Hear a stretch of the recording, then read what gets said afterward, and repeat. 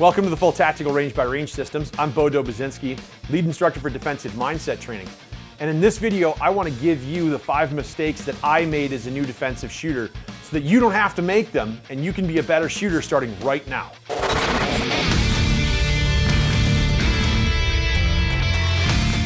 This is the art of defense. Mistake number 1 is don't follow the crowd.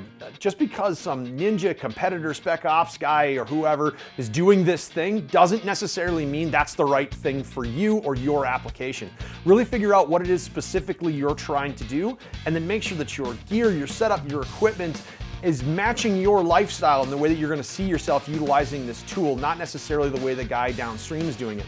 I see a lot of people doing really amazing training with all kinds of battle belts and stuff, but most people that are carrying firearms are never walking around with that firearm exposed. It's deep concealment somewhere on top of the body. You also think about too is what's your physical capability. So the way that you carry one way might not be right for the way that your body is shaped or your ability to defend that tool if you have to physically engage somebody. And don't follow big trends. Really look for the thing that's the most effective for you. Mistake number 2, don't chase guns and calibers. This is a big mistake that I made. So when I first got started, I went and bought a really expensive, absolutely exquisitely beautiful 1911 because that's what the high-speed guys were all carrying. Well, it was a super expensive gun that shoots super expensive ammo with super expensive magazines, and I'm just a guy fresh out of the service. I'm poor. So it was a really terrible investment because I didn't run the firearm very well and I couldn't go and practice very much because I couldn't afford the ammunition. Well, then I learned these other high-speed guys were running this gun, so I sold the 1911. I bought this other expensive gun, same problem. And I did it a third time even. I heard these high-speed guys were doing this thing, and so I decided to go after the high-speed guys and what they were doing. And none of those things made me any better at doing my defensive work, nothing. Well, about 10 years ago, I really started focusing on the training side of the house, focusing on the skill development over the equipment. And immediately all my skill went up. And the same thing, my entire perspective of how to look at a firearm entirely changed. Because now I knew physiologically how my body functioned with firearms, and I could go out and pick the best equipment for me that was the most cost effective. So look, when you're talking about thinking about a firearm for self-defense, what you're looking for, if possible, is this. You want a firearm that is the largest because that's the easiest to shoot, has the less recoil that can have, and it can take up as much of its own energy as possible. They'll carry the most rounds that you can carry. And those rounds, you should pick a caliber that you can shoot the fastest and most accurate, because again, it's not the guy with the first shot on target, but the first 3, and that you can conceal the most effectively. That's the correct firearm and gear that you should be looking for.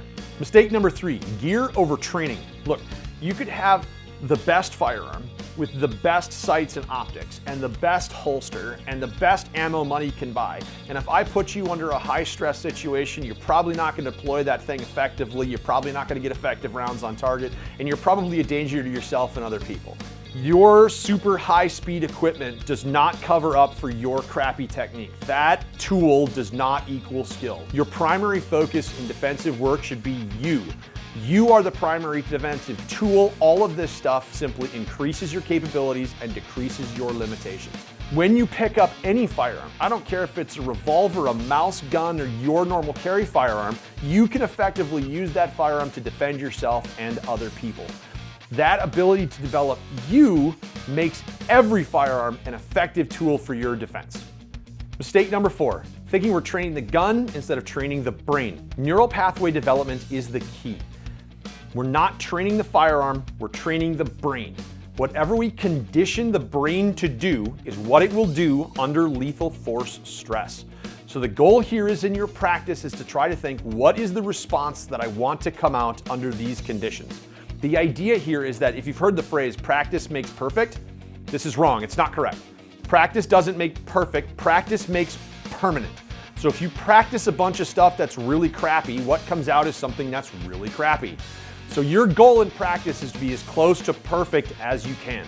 If we work towards that, the idea is that perfect practice will equal permanent perfection. And that means that the skill sets that we're building come out correctly when it counts. And finally, mistake number 5, being effective punching holes downrange means I'm ready to go to defend myself. No. Actually, there is a whole lot more to carrying a firearm for personal security than simply being able to punch holes downrange.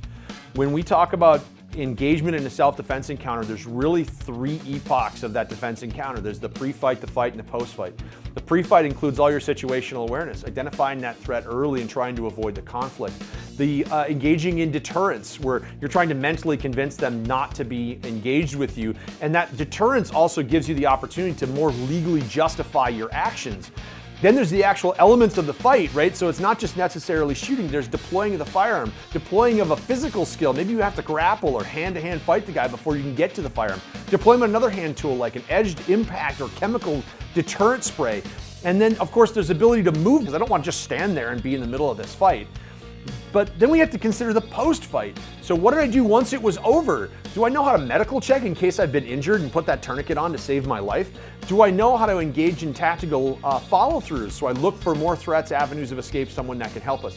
Have I memorized my 911 call? You know your Miranda rights? Anything you say can and will be used against you. So that 911 call literally is your first step into your legal defense. How well have you got that memorized? And then what happens when the law enforcement gets on scene? There's been too many situations recently when law enforcement get on scene. They don't know that you're not the bad guy. And so do you want to get into a situation where now the law enforcement comes in wondering if you're the threat or not? These are all skills that are critical for your survival to practice and to develop to an unconscious level. Make sure that you go out and find the training to learn those skills and ingrain them so they're unconscious.